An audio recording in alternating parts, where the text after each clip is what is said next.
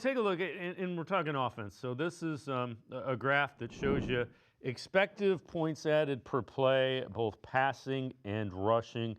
X-axis is dropback, so that's pass. Y-axis is rush. And it's not surprising. It kind of confirms graphically what we've seen with our own eyes. Their passing is probably the worst in the league. It looks like it's a little bit behind the Titans with Cam Ward, and their running's kind of league average. You get really bad and league average, you end up with a bad offense. So my question would be, what do you do if you're Kevin Stefanski coming out of the bye? You've had some time to take things apart and look at it. What do you do to get some semblance of a downfield passing game?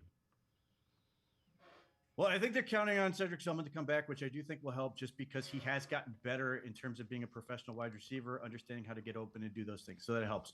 But the most unsatisfying answer that you're going to get that is probably ultimately the one that is the right one is they're just going to keep working at this and keep grinding away. They can change up some of the combinations. Like, for instance, I'm intrigued to see what more they can get out of Jamari Thrash because he's one of those guys where every time I see him, it seems to be like a pleasant surprise, and I'd like to see more of that. As opposed to a guy like Isaiah Bond, who I want to see get opportunities because he's often in positions to make plays, but there's some inconsistency there that sort of frustrates you. But beyond that, it's can they just get through to, can Dylan Gabriel sort of find that point where he's going to just let this thing rip and go and do those type of things that are going to help this. I think the offensive line is largely going to be about as good as it's going to get.